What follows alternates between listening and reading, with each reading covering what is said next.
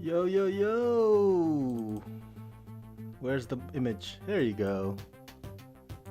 The Mandalorian. And look! The gang's back together, the trio. Grief, Kara, and Mando. How's it going, everybody? It's YouTube Live, and right now it's Friday morning, 1:30 a.m. California time.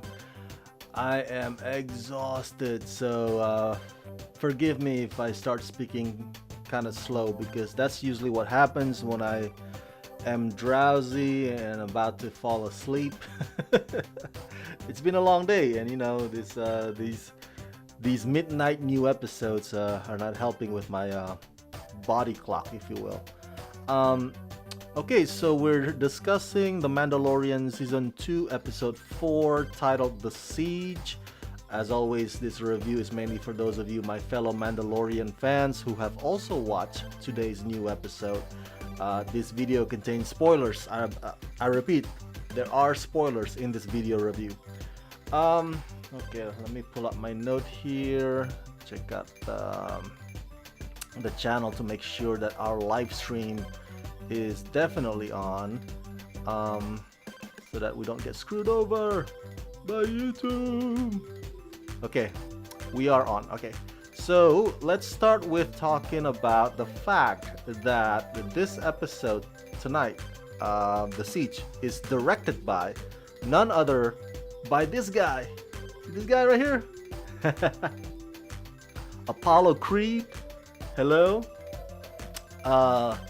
Carl Weathers, that's right, the legendary Carl Weathers, who played Grief Karga, and he directed this episode. And Carl had directed a lot of TV show episodes in the past, I believe, if I'm not mistaken. You can correct me if I'm wrong. You can look it up on his IMDb, but I believe he has done some other shows as well.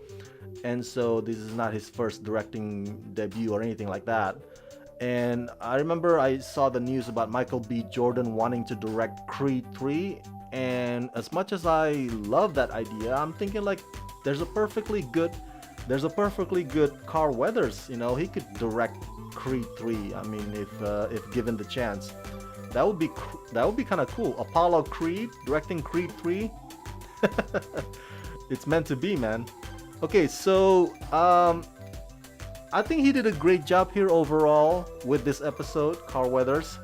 Let me show you something here on while I'm talking. I'm also gonna open up YouTube channel to show you guys something epic.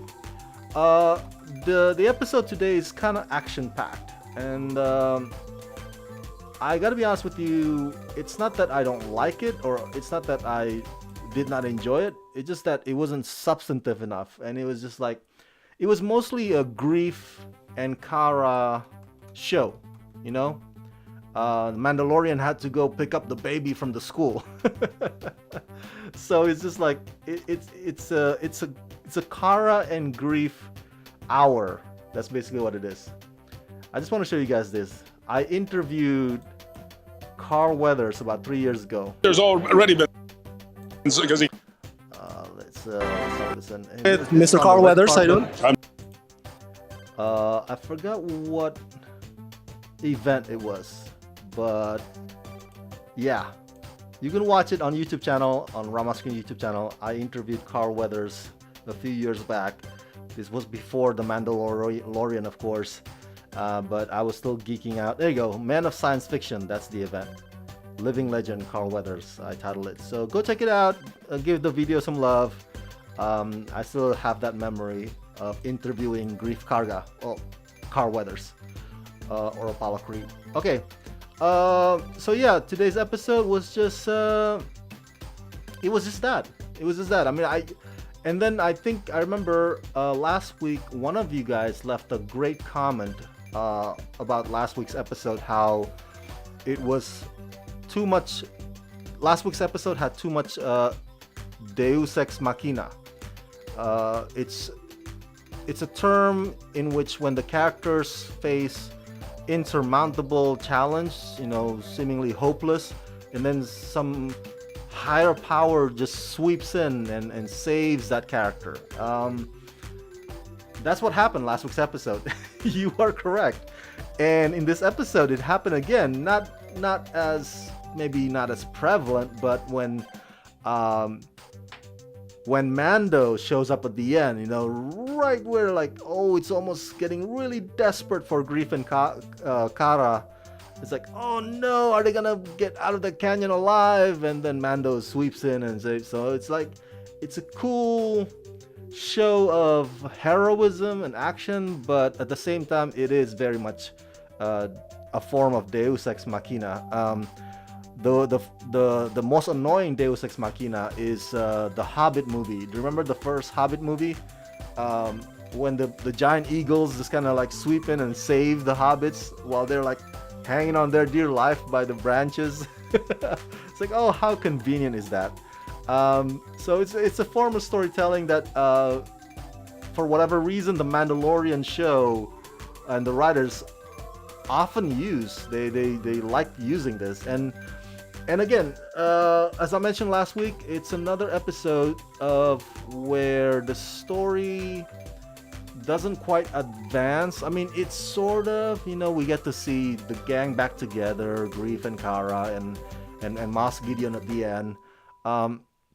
But it's just, Mando being pulled into another direction, doing his friends a favor. He in this episode, he doesn't meet other Mandos or other Mandalorians.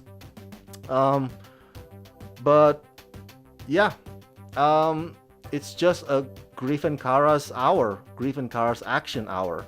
That's what this episode is. But I also have a few other comments that I want to share with you guys. The beginning part with Baby Yoda helping Mando on the blue wire and the red wire. You gotta admit, that's pretty funny. I think a lot of uptight conservatives who were pissed off about the fact that, oh my god, Baby Yoda ate the frog lady's eggs. Oh, how dare you? That's genocide. It's like, I told you guys, like, that it's a show, and he eats frogs. That's his nature. Like, he can't help it. And the frogs are blissful anyway. They don't care. But it's like, I think those kinds of people will will also be pissed off at the fact that Mando uses Baby Yoda to be his unofficial Razor Crest engineer. It's like, oh, how dare you? He's a baby. He doesn't know what he's doing. What if he gets hurt? It's like, but it's funny. It's a great take. It's just lighten up a little bit. Chill out, people. I hope it doesn't blow up. I hope it doesn't blow up the next day or tomorrow. The headline, oh my god, Mando puts Baby Yoda in danger. Like, this is not the first time that either of them have been in danger. Oh my gosh. Natasha Pakalas here. Was there Ashoka? I don't remember seeing Ashoka here. Maybe it's in the she's in the post-credit scene, but I didn't stay for the post-credit scene. If there was any, I didn't remember seeing her on this episode. So I don't know is the answer to your question, Natasha. But thank you for chatting and for asking that question. I like the part where Mando and Baby Yoda drink, and it's kind of cool because you're not supposed to see Mando's face, right? That's part of his creed. So he just goes like this, open the mask a little bit, or the shield, and like. I mean, for all we know, that's not Pedro Pascal. We know it's another person doubling him for the movements. And Pedro Pascal basically is the voice star of the Mandalorian show. So I think that's about it that I have on my notes here. Like I said, very action-packed. There's not much substance going on. Again, Mandalorian getting pulled into one direction. We get to see a lab and something sinister that Moss Gideon's cooking up with that mad scientist. But that's a mystery, I guess, to be unveiled or to be further revealed in the subsequent episodes. Not tonight. And lastly, before I go to bed, because I'm tired, I want to talk a bit about Gina Carano, the lady, this one right here, the one who played uh, Cara Dune. She has been in hot water lately. You may have seen on Twitter the hashtag trending hashtag fire Gina Carano, right? A lot of fans of The Mandalorian are pissed off that she's on the show that they love because she has made some questionable comments. And I believe one of them was she made fun of pronouns on Twitter. She's like beep beep boop boop boop, you know, that because somebody asked what her pronoun is. And then on another occasion, she tweeted a post about or tweeted a post against Democrats and mask wearing, and then so she has some opinions of her own that I don't necessarily agree with. You know, I may disagree with her opinions, but guys, I am not for firing Gina Carano. Okay, I don't, you know, and I'm again, it's not that I am with her point of views or I support what, you know, the way she sees some things or the way her stance on LGBTQ. It's just that if I don't know, I guess I'm frustrated as a fan. Like, if your mission is to get a celebrity to lose their job on Twitter, as you yourself hide behind a Twitter handle, you know, that doesn't make you an activist. that doesn't make you a hero. That doesn't make you courageous, you know. And I think I've said this to you before, that there are actual real life world problems out there in the real world that we need to be angry about, that we need to be outraged about. Gina Carano sharing her opinions that you disagree with is not one of those, okay? It's not one of those examples. I mean, if we fire all the actors who happen to be right-wingers or Republicans, then what are we? Like, we just want to have Hollywood be full of people who just agree with us? How boring is that world? So, Tyler says replace Gina with Christopher Plummer. Because Christopher Plummer replaced Kevin Spacey, and he did a fine job replacing Kevin Spacey. Rosh Levy says, live long and prosper, suckers. Hey, I'm a big fan of Star Trek, you know, as well. So, but I got love for both Star Trek and Star Wars. Some people don't share that sentiment, and some people are like, no, I just want to watch The Mandalorian. Screw Discovery. But hey, come on, man. How lucky are we to be in this season where we get new season of Discovery and new season of The Mandalorian at the same time, you know, in the same season. So it's awesome. So yeah, back to my point. I don't want Gina Carano fired, and I hope, you know, I get fans are angry, you know, maybe they are upset because she don't share the same opinions as theirs, but hey, that's life, man, that's world, you know. I think I also disagree with when Roseanne got fired. I was like, why? Like, you know, it's like, why do we feel victorious when celebrities lose their jobs? Like, we should feel victorious when we have universal health care, when we actually can pass policies, man. You know, getting Gina Carano out in the streets, it's not, you know, it's not a victory. So, Rossley says Gina or anyone should be fired if he or she does terrible acting. Now that's a funny comment. Wait, did I share Tyler's yet? Let me share Tyler's as well. Replace Gina with Christopher Plummer. Live long and prosper. So yeah, I just want to end on that note. I think for what this role is, Cara Dune, right? It's not a role that requires Gina to shed tears, you know. It doesn't require her to flexes her emotional range whatsoever. You know, she's a woman of action. She was an MMA fighter. She fits in this character. You know, it's like the shoe fits. Do you see her arms? Her arms are the size of a tree, man. Do you see her arms on this episode? Do you see that beginning scene when she busts into that bar?